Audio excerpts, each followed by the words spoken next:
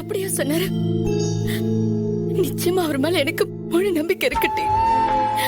நிச்சயமா அந்த நம்பிக்கை எனக்கு மாறவே மாறாது. அந்த நம்பிக்கை உங்க அண்ணனுக்கு வேணுமே.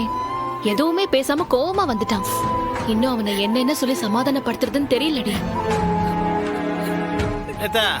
என்னையும் பேச விட மாட்டேக்கான். பாய திறந்தாலே கடிக்க வர்றான். என்ன பண்றதுன்னு எனக்கே தெரியல. பரணி, பரணி, வாங்கப்பா, என்ன விஷயம்? எங்க என் வீர மருமக, அவளை வர சொல்லு. மருமகளா? யாரு மருமக? வேற யாரு? ஓ மக வீராதான். ஏன் மக அவ கழுத்துல தாலியா கட்டிட்டா பிறகு அவ ஏன் மருமக தானே. சண்முகம், உன் காட்டுல மழை பெய்யுதுல. இந்த ஊர்லயே பெத்த பணக்காரன் நானு. ஏன் மகளை ஓ வீட்டுக்கு அள்ளிட்டு போயிட்டுல.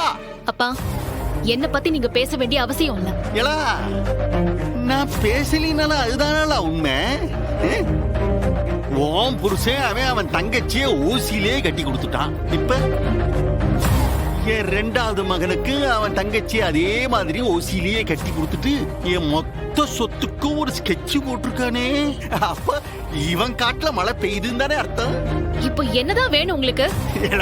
நான் உன் கூட பேச வரல. இந்த அந்த வெறும் பேக்கிட்ட நான் பேசிக்கிட்டேன். கூப்பிடு, நீ அவனை கூப்பிடு.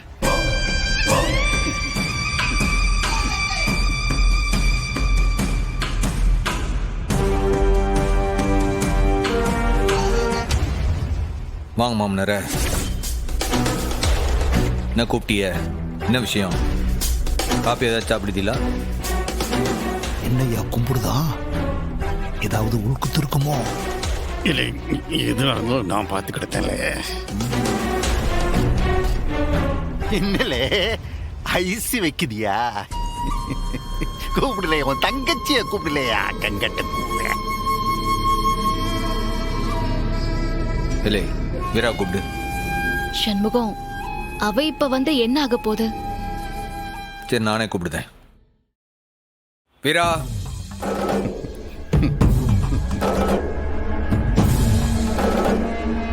சொல்லுண்ண, எது கூப்பிட்ட?